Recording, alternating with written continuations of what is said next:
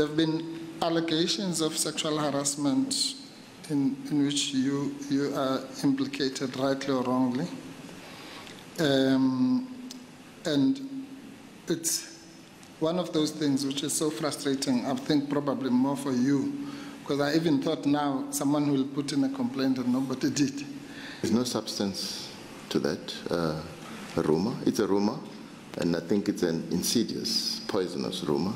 Lawa amazwibela nje okwakwenzeka phakathi kamengameli wamajaji eGauteng uDestin Mlambo kanye noAdvocate Dali Mpofu SC ngenkathi iKhomishaneni ebhekele ezobulungiswa ihlola ikhono likaMlambo nongomunye ogaqela isikhundla sokuba inhloko yamajaji kulelizwe.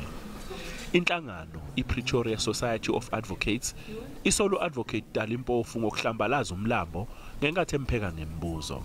Nomkhandlu iGeneral Council of the Bar ithi siyitholile iphakamiso ezithi uMpofu kumele akhonjwe indlela njengoKhomishana weJudicial Service Commission.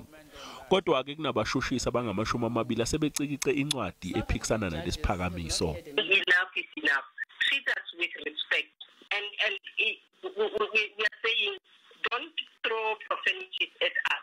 Engage with us.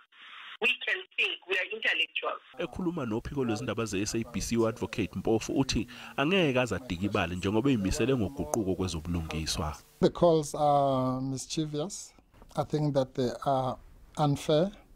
But I think that they are motivated by, racism and motivated by ulterior motives. Kusenjalo izwe lilinde umengameli uCyril Ramaphosa ukuthi amemezele inhloko entsha yamajaji. iKhomishaneni ebhekele ezobulungiswa iphakamise ukuthi ijaji uMandisa Maya kube yilona elithatha lesikhundla.